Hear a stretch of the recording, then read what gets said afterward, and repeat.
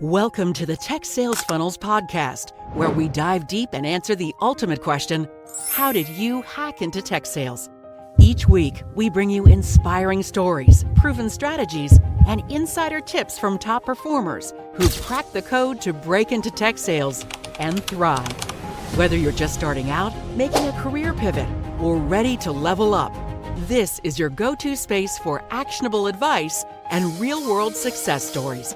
Let's crack the code together, because hacking into tech sales isn't just a dream, it's your next move. Now with your host, the founder of Tech Sales Funnels and the tech sales hacker himself, Davison De Silva.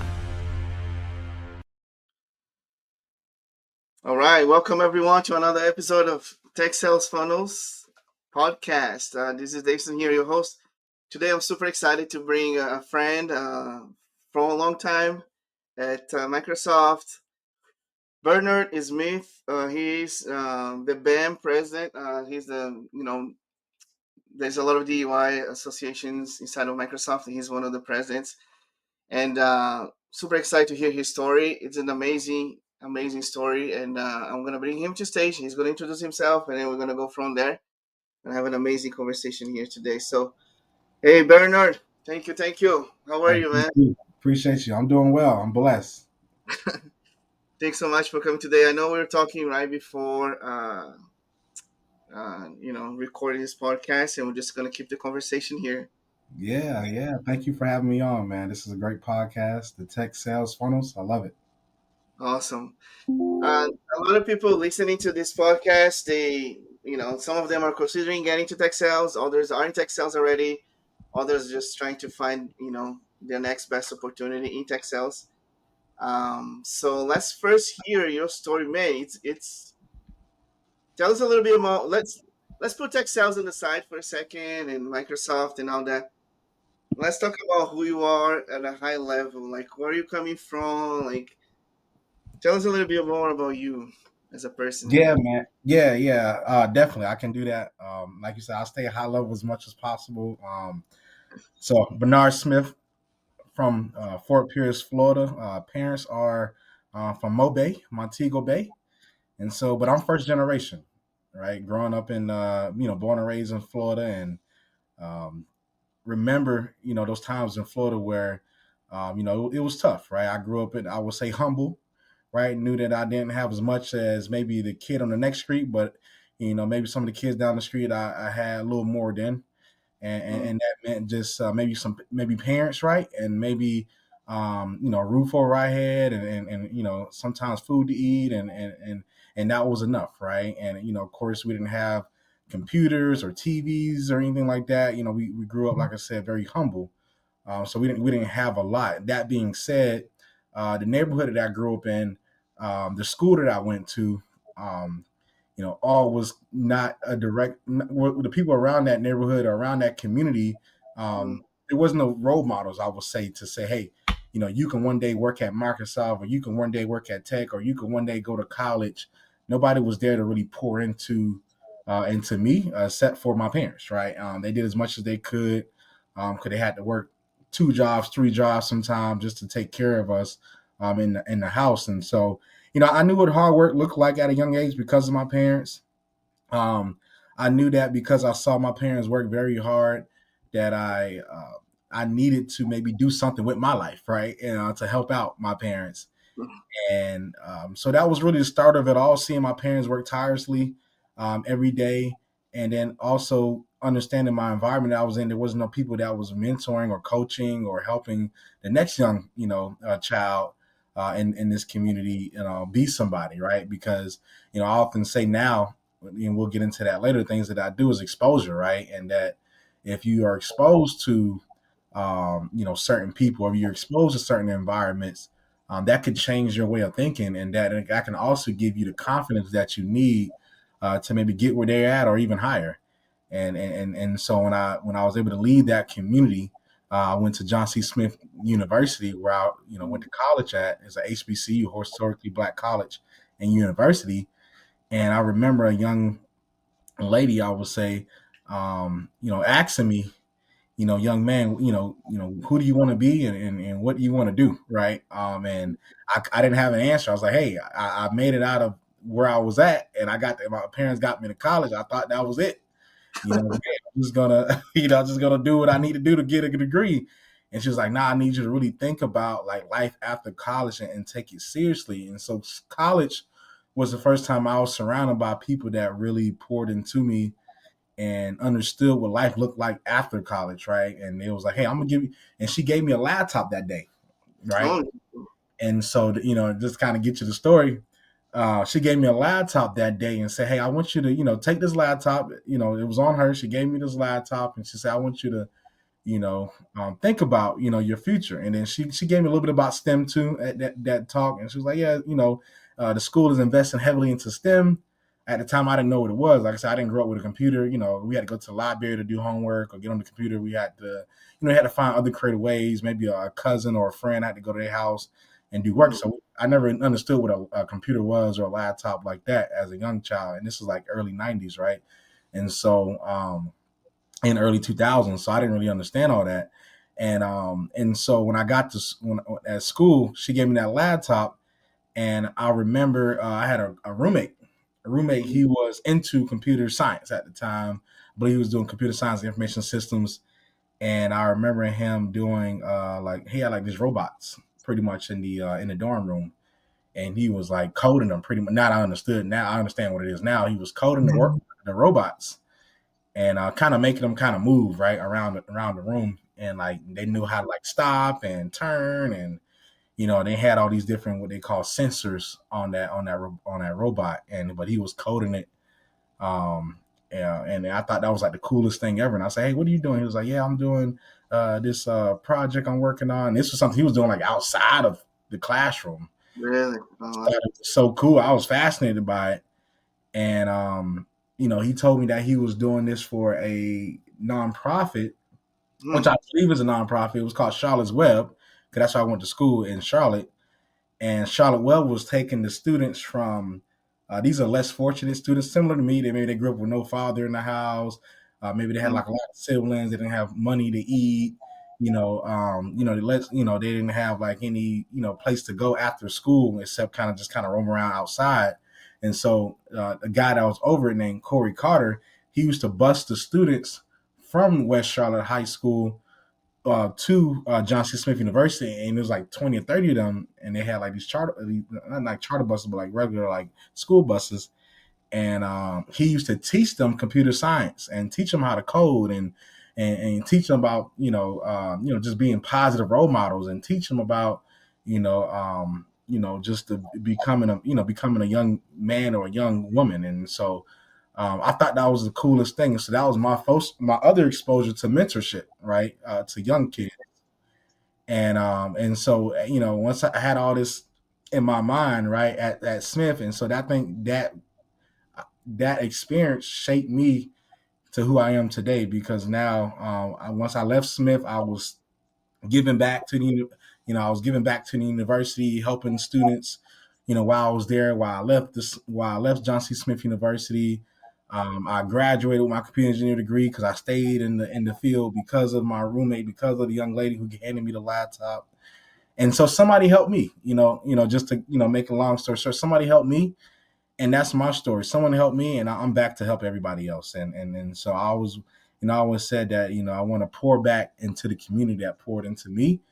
And so, mm, as you said, or as we had a conversation before this, you kind of mentioned that, hey, you saw maybe some of the things that I've done, over the years, but it all becomes because somebody believed in me, and now I'm back to bring that belief back to the community so that we can develop more children, more people to believe in themselves. 'Cause I believe that's going to be the greatest trait you must have in this world today is belief, because once you have that belief, everything else opens up for you.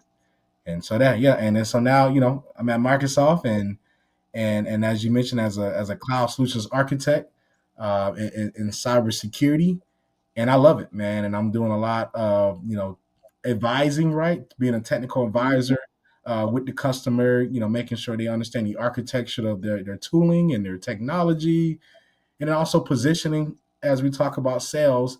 positioning them to maybe acquire more toolings and technologies based on their current strategy or architecture. And so that's Hmm. kind of what we do now. And so, yeah, just want to give you that there. Oh, I love it. I love it, man. And I remember like first time I met you at Microsoft, and you know, I was new, and then I was on an event, and then you just came say hi, and I think at the time you were like helping the BAM leadership, and now you're the president. And from the beginning, I saw that you're like you're just natural. You want to build community, and you want to serve, and you want to help, and I can see that on you. And I appreciate you making this time here. And I know this is going to inspire someone that's listening to this podcast. Amazing story, man. Like, tell me more about how did you get into technology? Like, it was right up. So you saw your roommate doing all those robots. Like, so you went into school. Like, your degree was. Did you get into technology right after school? Like, how that happened? How did you make your way to tech sales? Um, yeah, so to I got in tech. Yeah, the roommate kind of added to that. When I was a kid, I always loved like PlayStation, right, Xbox.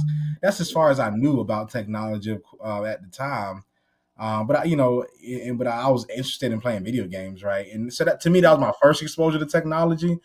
But you got the school is like, well, at the time there was no esports curriculum, right? Now there is, right? There's Oh, really? HBC esports. There's, you can go to another school and do esports. Now there's competitions. You Wow, can take a minor in it. There's a major out there now, I believe, for certain schools. So interesting. that esports space has grown, and I'm like, wow, I wish I was in school again so I could play video games for You get another degree right now. yeah, I have a different degree, and then maybe I'll be working for Xbox or something at this point, right? And so, but to get into technology out of school, it was tough. It was tough. I remember leaving John C. Smith without a job, walking across the stage, had like a 3.8 GPA, did internships, did research, Hmm. opportunities. I remember walking across the stage without a job, and I remember feeling so depressed, so demoralized, that summer because I was like, man, I did everything I was supposed to do, and I wasn't able to land an opportunity. I got turned down by all types of companies, man. Microsoft turned me down a lot of times. Google, Amazon, Facebook at the time. Now Meta. I was applying to all the banks because North Carolina, Charlotte is a big banking industry. So I applied to Bank of America, Wells Fargo, Vanguard, Nothing. whatever, man. I was applying everywhere. And I remember nobody wanted to give me an interview, nothing, man. So I ended up working at a help desk opportunity in Ballantyne, North Carolina, which was kind of answering the phones, resetting passwords, Mm-hmm. unlocking accounts, right? People get locked out because they put the password in wrong too many times. So I ended up I ended up going on Indeed, getting a contract position, like $9 an hour. And I remember working at a help desk for BA Systems that summer, all the way up until about probably up to that next year in 2018. And but during that time, I was still applying for jobs. So I was applying for Microsoft again, right? And I ended up actually getting somebody to screen me on from LinkedIn, All right. interview me on LinkedIn around like Nice. November ish, right, of 2017. And I thought it was fake because they reached out to me on LinkedIn, and I Really was like, "Oh, this is fake." Like I know y'all not. I done got turned down so many times. I didn't even believe that somebody wanted to interview me at this point. crazy. And so I took the screening. It was like a 15-minute screening. They was asking me all these, basic questions about my, what I did in school and what am I doing now. And I thought it was fake. And so they ended up like saying, hey, you know what? I got like a call like 2 weeks later. They was like, hey, we want you to come to Dallas and interview for Microsoft. I was like, oh, it's serious. That And was not. I remember being so nervous, like, and so excited and ready. I don't know if I wasn't ready, but I was like, I got to get ready because I didn't even know what this was about to look like. I'm like, I'm going on to Dallas. I done never been to Dallas before. Like, what am I about to say to these folks when I get to Microsoft? And I already kind of felt behind because I felt like when I did the help desk that I was kind of going away from what I already kind of knew from school. And so, but to my understanding, the help desk position actually helped my customer service skills that I didn't even know Mm, I needed to be in this position I'm in today. right? Interesting. And that's and that's like being just being patient, right? Knowing how to find a solution, to a problem, developing just sometimes cold calling skills or email outreach. These are scale skills, right? Objection handling, negotiate. Just talking about different things, right? And so I was developing all these little different skills, communication, problem solving type skills, and so when I interviewed for the role at Microsoft, I already had tech skills that I didn't know I had, right? I had or Wow. sales skills, I should say, that I didn't even know I had already. And a lot of it is relationships, right? A lot of it is, being able to tell a story and help people follow that story and relate that story to someone else. And so when I interviewed, I was in the interview talking like I've been here before, like the people at Microsoft already knew me, and I was making connections with the folks at Microsoft, and I believe they just kind of loved the way I kind of, positioned who I was in the interview, in Uh-huh. terms of relationship building within the interview, and that connection to the product of Microsoft or the features of Microsoft or the CEO of Microsoft, talking about that journey and what I researched and relating it back, to the people that was interviewing me at the time. And I believe that's why they hired me, man, because they say, hey, you have this, as they call this, the gift of gab, right? Mm. That gift of gab can sometimes take you further than having like really deep No, technical taking notice. skills. Yeah, yeah. And so I think that's how I got the position that I got, because even though I didn't understand what tech sales was, but I did understand how to be a person Wow. who develops relationships with other people. From an inbound scam DM from Microsoft all the way to the final round. Yeah. That's amazing. So you became a premier field engineer. Is that what the Yep. position was? Yep. At Okay. the time, as a benefit engineer, where I worked on, Exchange Online, email, Outlook, and I really just going to, at this time before COVID, you could travel, right? And I Oh used to yeah. travel to other companies around the world, and I used to Wow. talk Nice. about Exchange and help them build up Exchange Online, help them migrate off Exchange, and just do workshops, do trainings, do assessments, right, of their environment, and overall just build a relationship, right, with the customer. And so I was doing that for about 2 years. Then the role, we did a reorg. Then I became a customer engineer, Mm-hmm. and that was similar to the same role, but this one they kind of wanted us to start kind of having what we say like you don't want to lead the customer without like being able to position something else, right? Almost like what sales is like, hey, there's a lead for something else out of the conversation I had with the customer. It wasn't like, hey, I just talk exchange and that's it. Well, now I talk exchange and I might say, hey, what about your devices? What are you doing over Mm-hmm. there? And so now I'm leaving that conversation like, hey, I scoped out, a lead for maybe taking care of devices as well as where he was there just to take care of their servers for exchange. But now I left with another conversation for devices, which Mm-hmm. then that started getting looked at like, okay, even before I even got into a cloud solution architect role, which is kind of like more getting into that, almost into that sales route. But even in that, I was getting what we call customer success account managers, right? When I used to go on site with them, because they're there on the account side. But if I'm positioning new upgrades and licenses because I understand other features and how things work together in a house, man, the customer now is like, hey, I want to upgrade my licenses because this guy's telling me all this other cool stuff, or this guy, he's so cool and friendly on site. Um, I want to work with him more. So now Nice. the customer is willing to invest more into Microsoft because of what I'm doing on site. And so I didn't even know I was selling at the time because I wasn't getting incentivized for it, right? At the time, Right. Yeah. I was making sales or at least leading us to sales, which then that's when I understood more about what we're going to continue to talk about, which is tech sales. Yep.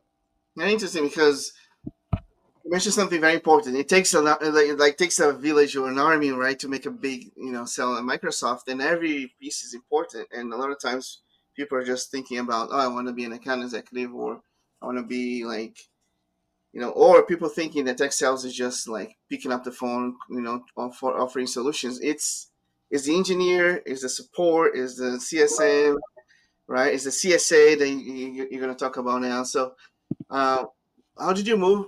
How did you move though from one role to the other? Was like a recommendation? Did you kind of apply internally? How did you progress Um, with Microsoft? I would say for me, just a natural progression of Microsoft. I believe that when there's certain ways you get roles, right? When you're already in the company, you can get it by internally applying. You can get it also by somebody recommending you to be in this particular role. And then some people just create their own role, right? At Microsoft, and then they'd be like, "Oh yeah, we actually need somebody for that." Me was more just a natural progression to cloud solution architect because of what I was already doing. And so the recommendation is, hey, you should stay on this side of the house because you have the technical capabilities and you can support the sales process. And so what a Mm, cloud solution architect is doing is we are the more technical folks, but we support the sales process. Now we're not the salesperson, from they have actual sellers at Microsoft, and you understand that. But I am the technical person that can help the pipeline of that sales process. And that may be from hey, we're going to start here and we're going to talk about the technical, architecture of your environment, your strategy and program. And I'm going to scope out what I feel will you know, help your strategy on what you're trying to accomplish today or your problems, your pain points, and what initiatives, right? And certain promises on how we're going to help you deliver it, right? And so once I was able to understand how to do that, now it's all about, okay, I'm then gonna put my notes in, connect with the actual seller that's gonna position the contracts, connect with that person, say, hey, I done scoped out this big, large contract. They want to do this, this, and that. They want to take care of their infrastructure, their security operations, their data. I done scoped it all out. All you got to do now is get back in front of the customer, get them a great deal, and they're ready to go. And so I became so good at that, just positioning the sale, that the role of a CSA or a cloud solution architect just makes the most sense to me because I still get to be on the technical degree side of it, mm, and then I'm just supporting the sales process. And then now they have it made to where now if you are supporting the sales process, you get the RBI as well. yeah, Yeah, yeah. yeah, So the RBI for those listening here today, and Microsoft way to compensate, right, internally, yeah, the impact that the employees they do. So that's amazing, and it's hard to find someone who's technical who can actually do the sell, right? So that's a very strategic role, very, very, very important position yeah, at Microsoft. How yeah. so? I think there's a lot of when you speak to a lot of different businesses, right, and customers, the same person selling you the product may not understand the technical capabilities of that of that product or that solution.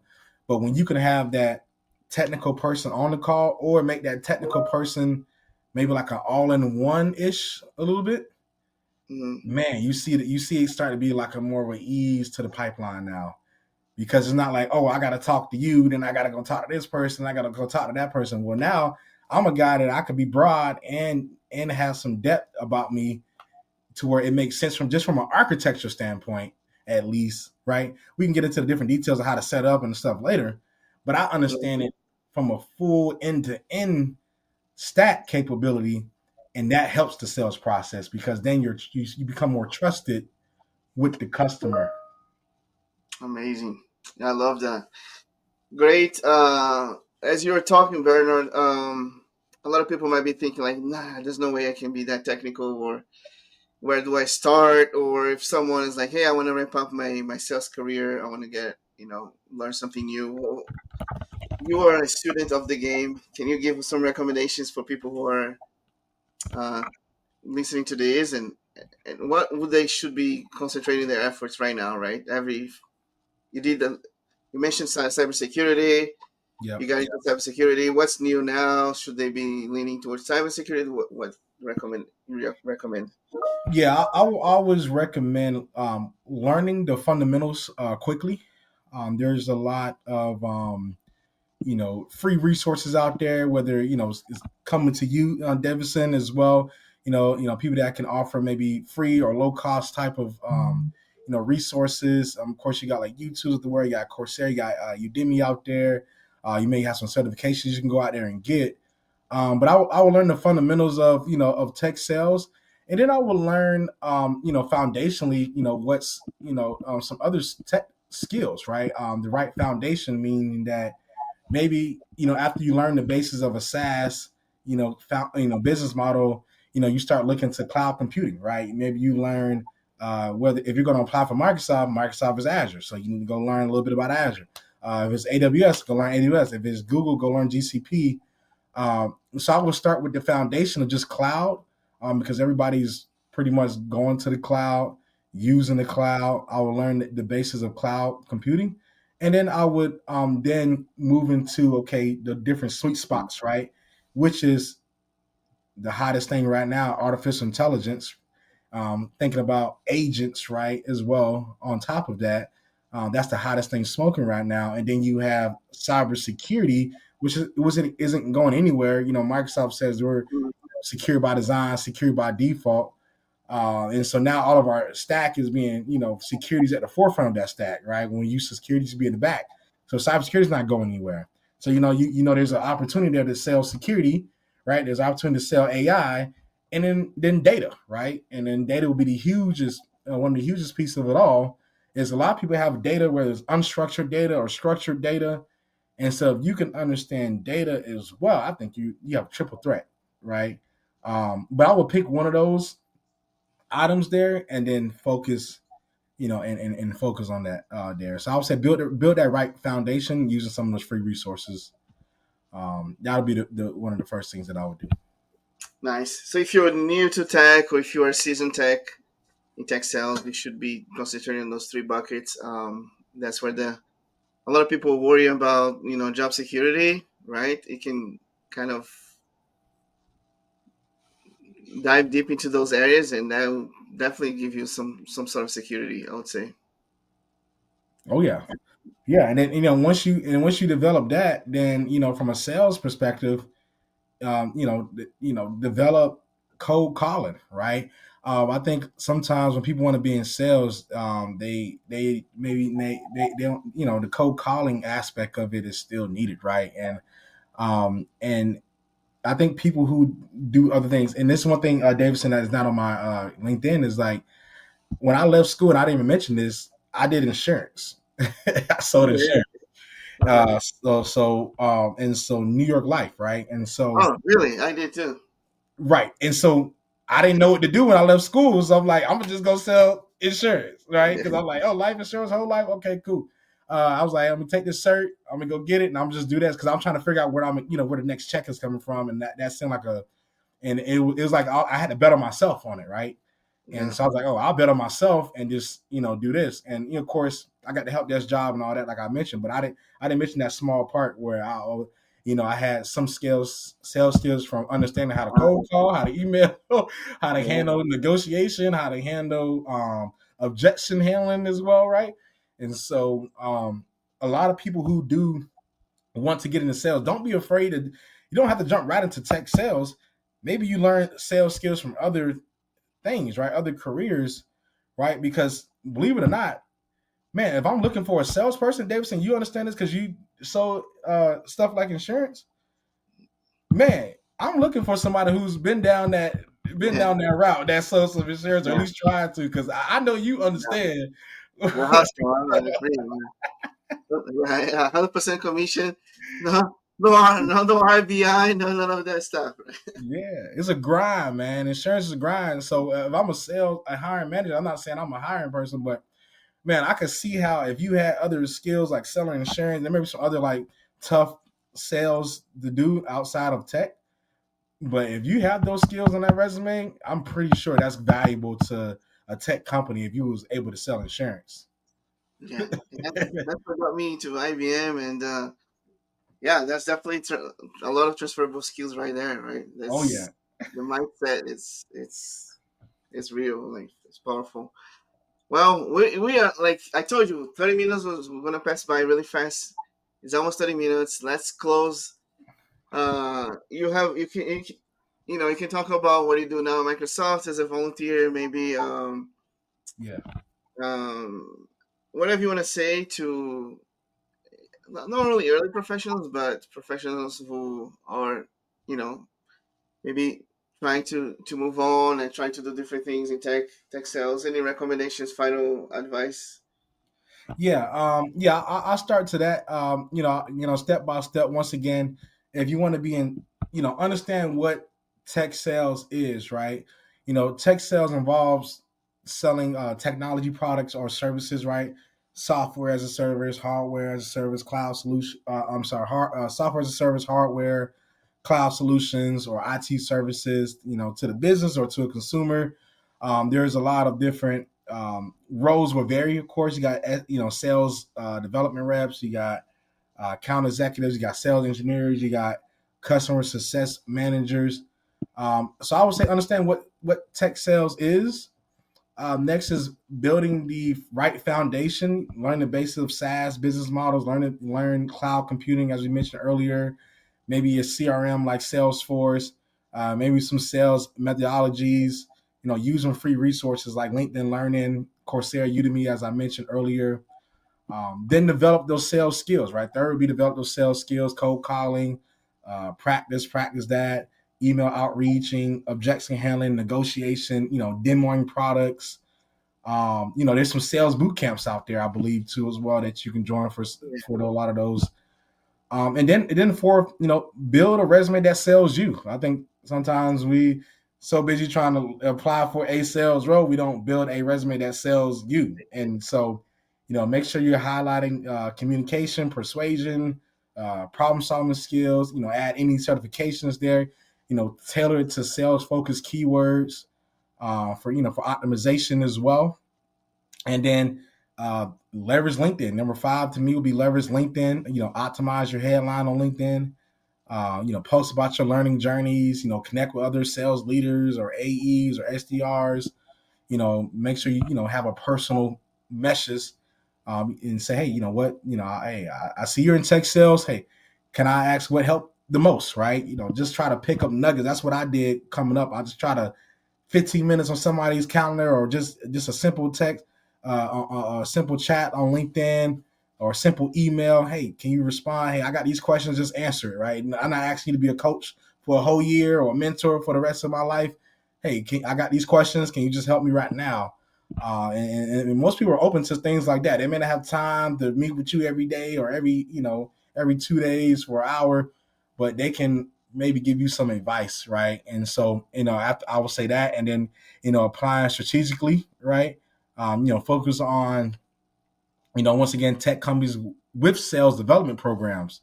Salesforce has them, Oracle has them, Dell, Cisco, Microsoft has them as well. If you're coming out of college, I mean, we have the Expire program at Microsoft. If you're in school, there's other internships that you can do as well, and then prepare for an interview. So there's a lot of different, um, you know, things you could do to prepare for an interview, situational questions, role plays. What you got to do to prepare. Maybe some basic product demos, especially in the SaaS side. But bonus would be just learning CRM, learning sales engagement, learning prospecting. You can use LinkedIn Sales Navigator for a lot of that. But I would say that'll be my tips. For somebody that's looking to start into sales, into tech sales. And so I'll give you that there, Davison, and then I'll get into my what I do at Microsoft. Yeah. That's awesome. Thank you so much. Wow, that was a masterclass right there in the last 5 minutes. If you missed the whole podcast, fast forward to the those last 5 minutes. He gave you a step by step process here. As a career coach, I can stamp and validate all the things Bernard just shared. Very very good. Thank you so much, man. Like If anybody wants to connect with you, they go on LinkedIn, find you, right? Is that Yeah, yeah. great? Connect me on LinkedIn. Bernard Smith Jr. On LinkedIn. If I got a nonprofit, a Next Step Initiative. We help underrepresented students. If you have a child, maybe middle school, high school, age range, we do a lot in the community, teaching AI, teaching cybersecurity, teaching coding, teaching just people skills, leadership, team skills, team building skills, presentation skills, branding, right, is going to be one of the most important things as well to develop at a young age these days. Teaching a lot of these skills that is going to be needed, right, once you get to high school, once you get to college, once you leave college, or if you start your own company as well. And we got people that come in and teach entrepreneurship. And so I got a nonprofit that does a lot in that route, the Next Step Initiative. Also, if you follow me on LinkedIn, feel free to book me for any speaking engagements. If you want me to come speak to the students, speak to your business, you can always reach out to me as well. I can come in and speak about tech. I can come in and speak about, maybe being a motivational speaker, or be a purposeful driven speaker as well. And so there's different ways you can connect with me, even outside. And of course, if you're trying to get into Microsoft or want some tools or some help, definitely feel free to reach out to me. We can connect about roles at Microsoft and interview prep and resumes and maybe getting you connected to the right people. And so I love to do that too as well. Wow, that's a lot of giving there, man, and he's being real because that's who he is and that's what he does. So I appreciate, man. Thank you so much. We Thank might have you. to, I might have to bring you back and then bring more of the band, interview more of the band folks over there at Microsoft, and right. Yeah, oh yeah, Davison. We would definitely appreciate that, man. I think what you have here is so important. Having a voice is so important, and for a long time when I was younger, I didn't understand my voice. I didn't understand how powerful it was, but I started believing in that voice. I started to hear that voice, and what you're doing here is giving people a voice to share their story. And as we know, Davison, we've been in the same company. Your story is the most powerful thing you have, and so if you can tell your story in the right way and position that story, and that is your sell, right? That is your brand, right? It's who you are, right? Right. And so keep developing you. And so I'll leave y'all with that there. Right. Thank you so much, Bernard. And this is it for today. Thanks so much, everyone, for listening. Thank you. Thanks for tuning in to the Tech Sales Funnels podcast, where we crack the code and uncover the strategies to break into tech sales. If you found value in today's episode, don't forget to subscribe, leave a review, and share it with someone who's ready to hack their way into this exciting career. Remember, hacking into tech sales isn't just a goal, it's a mission. Let's keep hacking, learning, and winning together. Catch you next time.